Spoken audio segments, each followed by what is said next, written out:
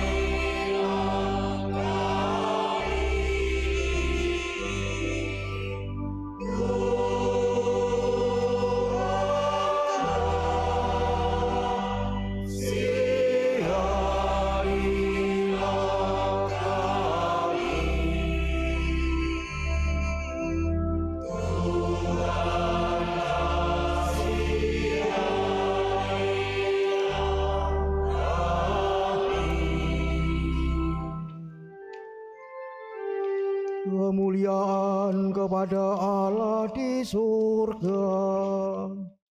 Dan damai di bumi kepada orang yang berkenan padanya. Kami memuji Dikau, kami meluhurkan Dikau, kami menyembah Dikau. Kami memuliakan Dikau, kami bersyukur kepadamu karena kemuliaan-Mu yang besar. Ya Tuhan Allah surgawi, Allah Bapa yang Maha Kuasa. Ya Tuhan Yesus Kristus, Putra yang tunggal. Ya Tuhan Anak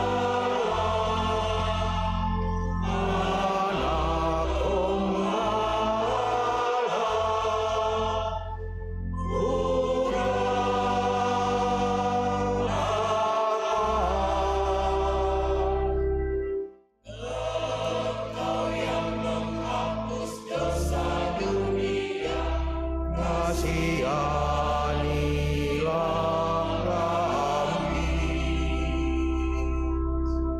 Engkau yang menghapus dosa dunia, kabulkanlah doa kami. Engkau yang duduk di sisi kanan, kasihanilah kami. Karena Engkaulah kudus, hanya Engkaulah Tuhan, hanya Engkaulah tinggi, ya Yesus Kristus. Bersama dengan Roh Kudus dalam kemuliaan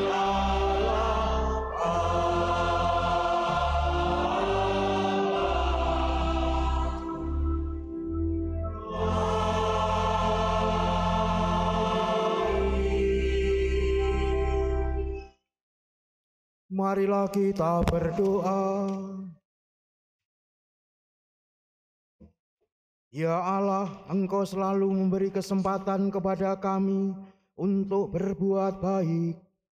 Semoga kami senantiasa memanfaatkan setiap kesempatan yang Kau berikan kepada kami itu, dengan pengantaran Yesus Kristus Putra-Mu Tuhan kami, yang bersama dengan Dikau dalam persatuan Roh Kudus, hidup dan berkuasa Allah sepanjang segala masa.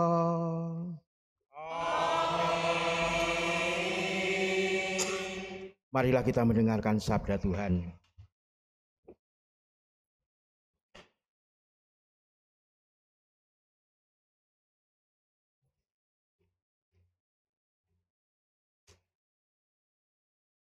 Bacaan dari Kitab Bilangan. Sekali peristiwa, turunlah Tuhan dalam awan dan berbicara kepada Musa.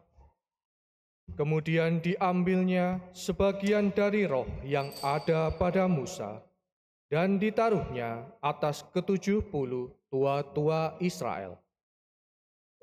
Ketika roh itu hinggap pada mereka, penuhlah mereka dengan roh seperti nabi, tetapi sesudah itu tidak lagi. Pada waktu itu, masih ada 2 orang tinggal di perkemahan, yang seorang bernama Eldad, yang lain bernama Medad. Mereka itu termasuk orang-orang yang dicatat, tetapi mereka tidak turut pergi ke kemah. Ketika roh itu hingga pada mereka, penuhlah mereka itu dengan roh seperti nabi di tempat perkemahan. Lalu berdirilah seorang muda dan memberitahukan kepada Musa, Eldad dan Medad penuh roh seperti nabi di tempat perkemahan. Maka menyahutlah Yosua bin Nun, yang sejak mudanya menjadi abdi Musa. Tuhanku Musa, cegahlah mereka. Tetapi Musa berkata kepadanya, apakah engkau begitu giat mendukung diriku? Sekiranya seluruh umat Tuhan menjadi nabi, karena Tuhan memberikan roh-Nya kepada mereka. Demikianlah sabda Tuhan.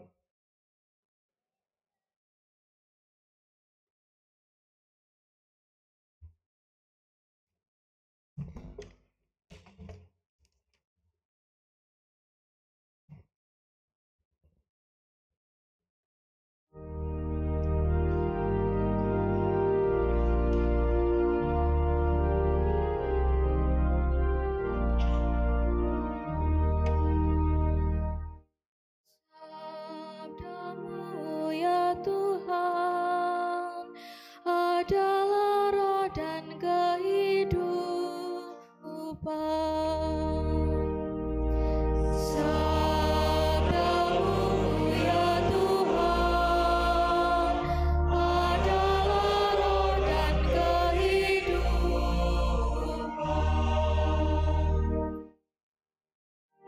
Taurat Tuhan itu sempurna, menyegarkan jiwa. Peraturan Tuhan itu teguh, memberikan hikmat kepada orang yang bersahaja. Sabdamu ya Tuhan adalah roh dan kehidupan.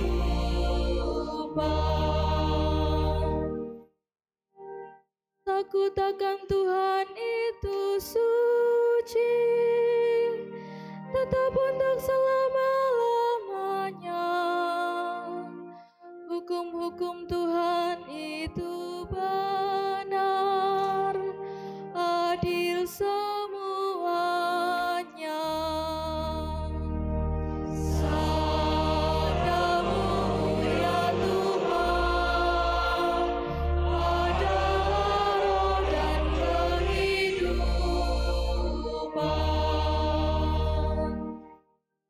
Semua itu diperhatikan oleh hamba-Mu. Memang besar ganjaran orang yang berpegang padanya. Tetapi siapa yang sadar akan kesesatannya, bebaskanlah aku dari apa yang tidak kusadari. Sabdamu ya Tuhan adalah roh dan kehidupan.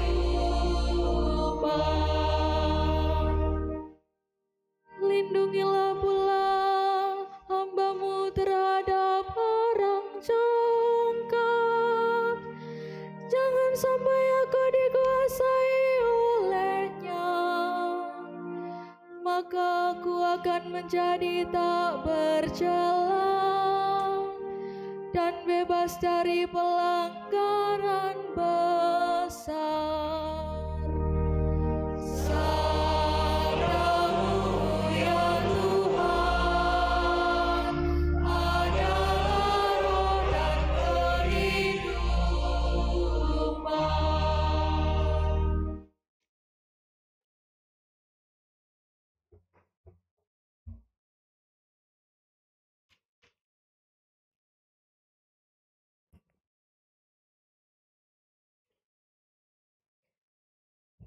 Bacaan dari surat Rasul Yakobus.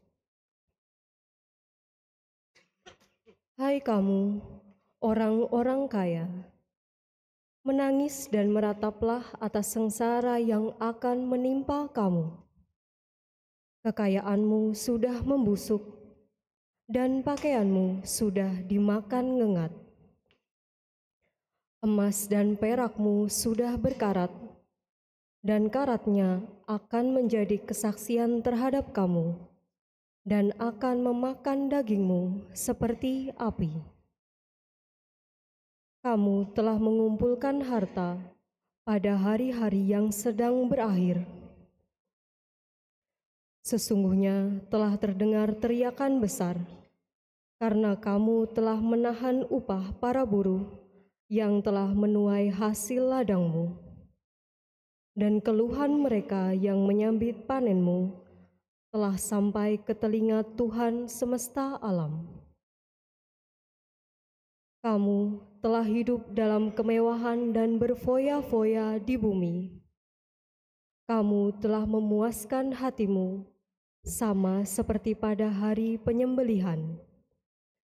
Kamu telah menghukum, bahkan membunuh orang jujur, dan ia tidak dapat melawan kamu.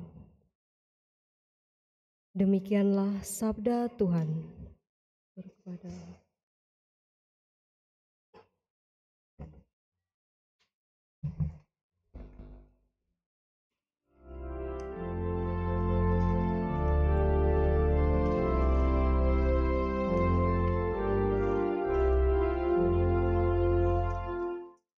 Haleluya, haleluya, haleluya. Haleluya,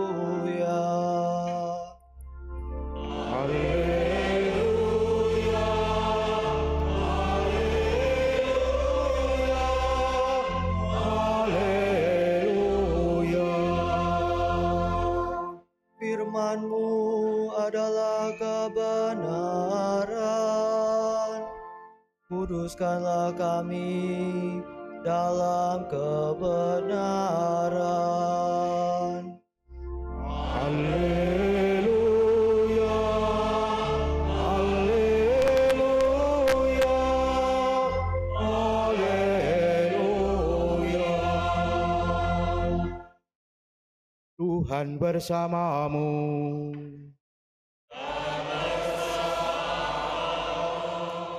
Inilah Injil suci menurut Markus.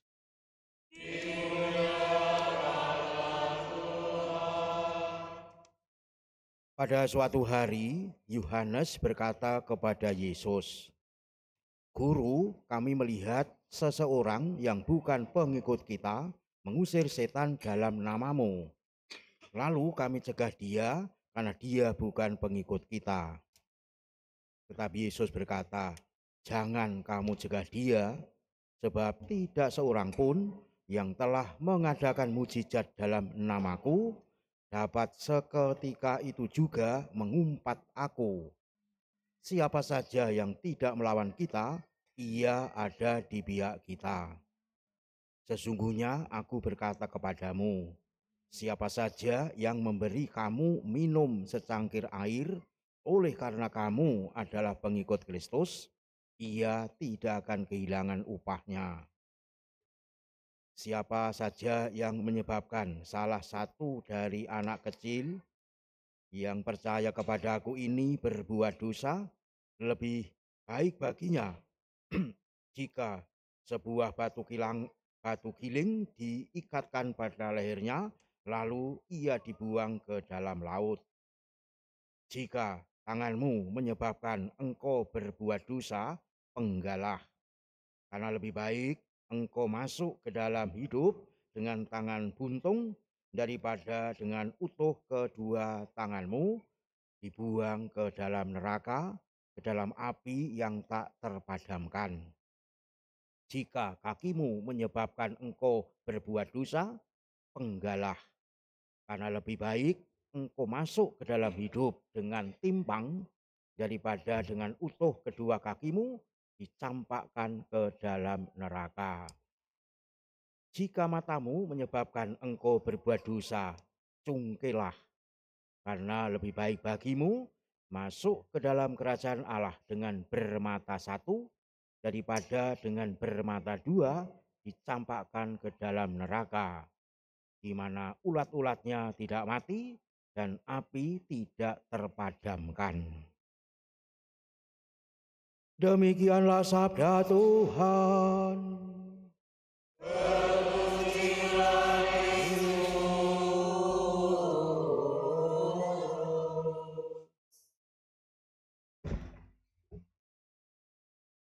Saudara-saudari yang dikasihi Tuhan, setiap kelompok atau grup, tidak terkecuali grup WA misalnya, punya kecenderungan suka menutup diri terhadap kelompok atau mereka yang tidak termasuk anggotanya.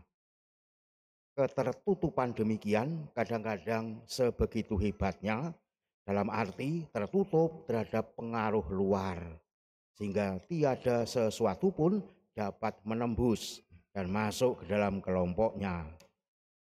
Nah, nuansa demikianlah yang kita rasakan dalam firman Tuhan yang kita dengar pada hari ini. Baik yang kita dengar lewat bacaan pertama, kita bilangan tadi, maupun pada Injil ini. Saudara-saudara yang dikasihi Tuhan, pada kita bilangan yang kita dengar tadi dikisahkan bahwa Tuhan Allah memberikan roh kenabian kepada 70 tua-tua Israel. Pemberian ini menegaskan bahwa Tuhan itu mempunyai hak untuk memberikan roh itu kepada siapapun yang Tuhan kehendaki. Nabi Musa bisa mengerti dan memahami tindakan Tuhan ini, maka ia tidak menutup diri atas kemungkinan Tuhan berkarya di luar golongannya. Beda dengan Yosua bin Nun, yakni abdinya. Saat ia melaporkan bahwa Eldad dan Medad kepenuhan roh nabi di tempat perkemahan, bilangan bab 11 ayat 27, ia meminta Nabi Musa mencegahnya. Tuanku Musa, hentikanlah mereka. Bilangan bab 11 ayat 28. Apa respon Nabi Musa? Ia mengatakan, apakah engkau begitu giat mendukung diriku? Kalau saja seluruh umat Tuhan menjadi nabi, karena Tuhan memberi rohnya kepada mereka. Bilangan bab 11 ayat 29.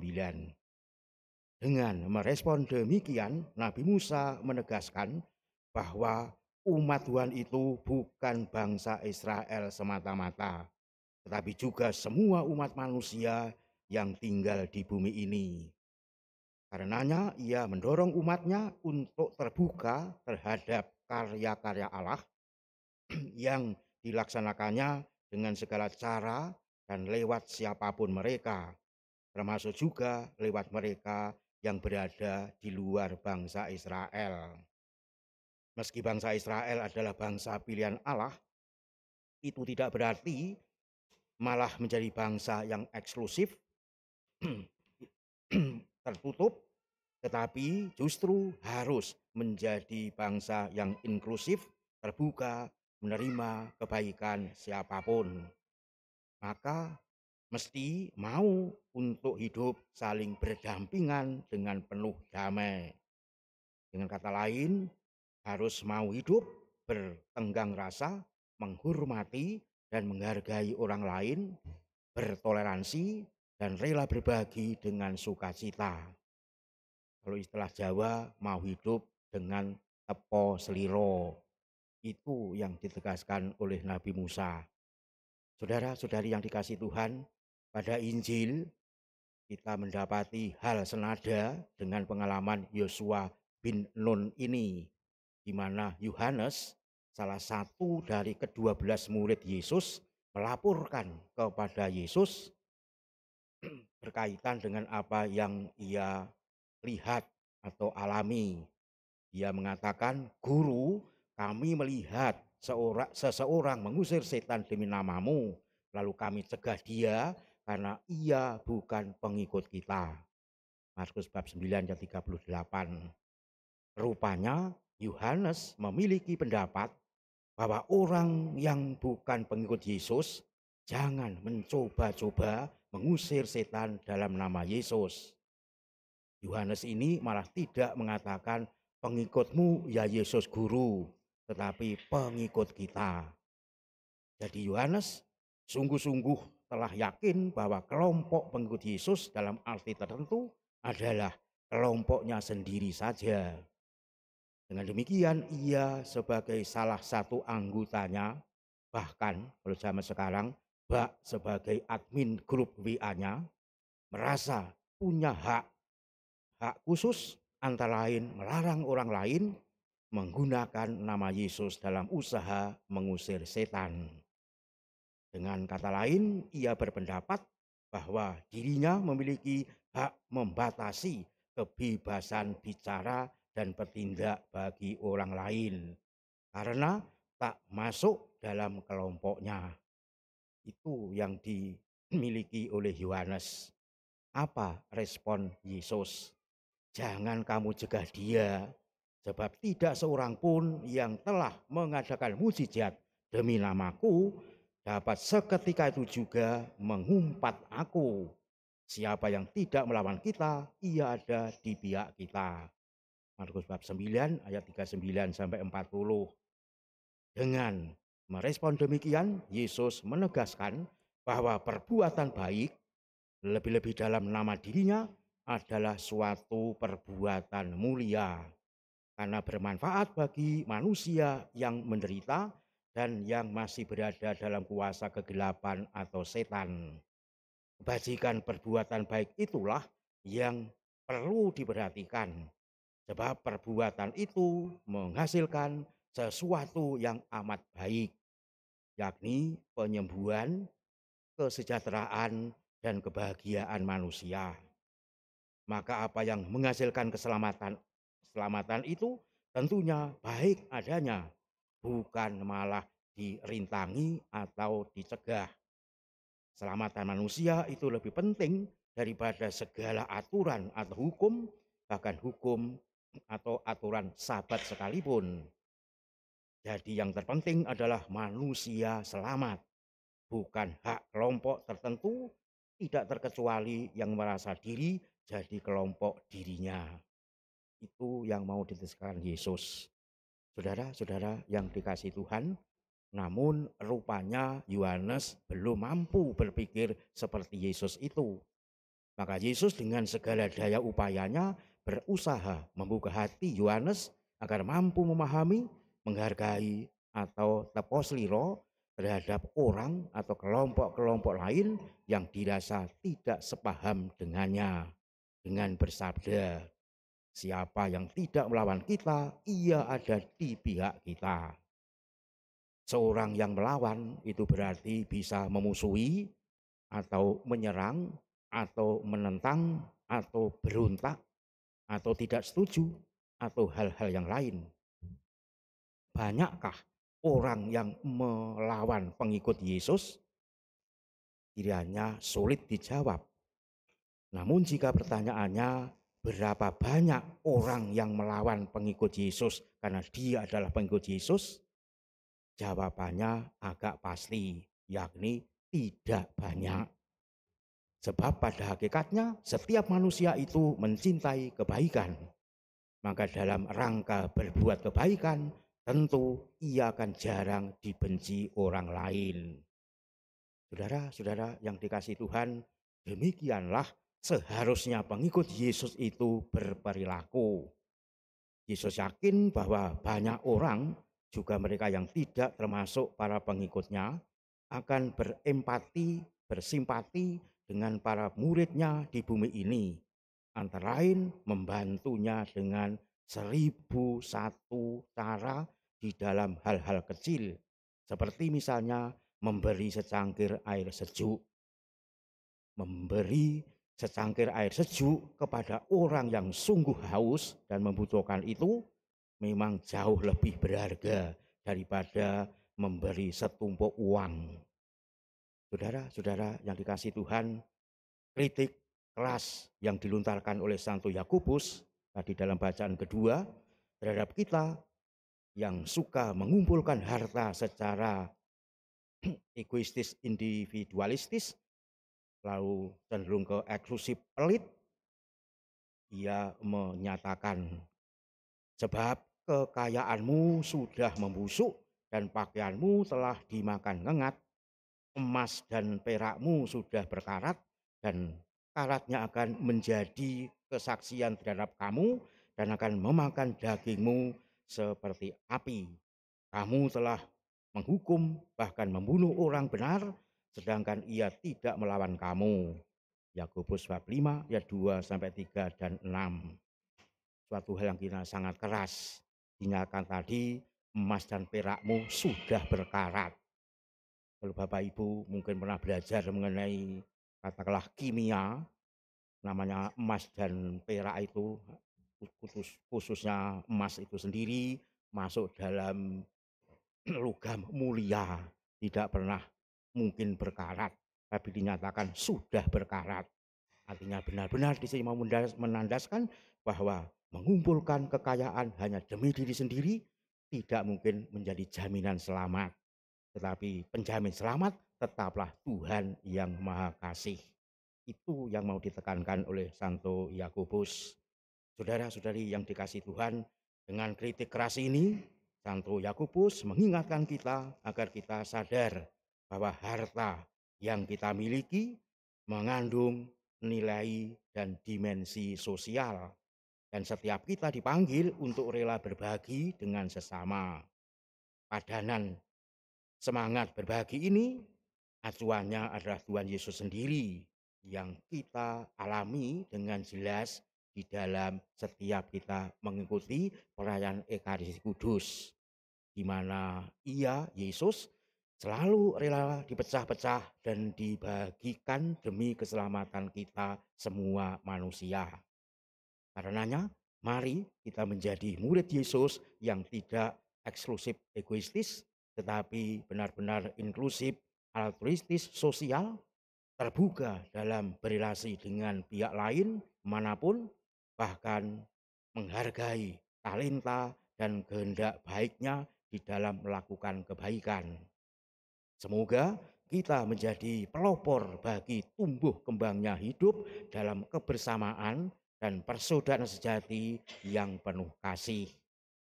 Tetaplah semangat menebarkan kebaikan dan kasih bagi sesama dimanapun kita berada. Tuhan memberkati kita.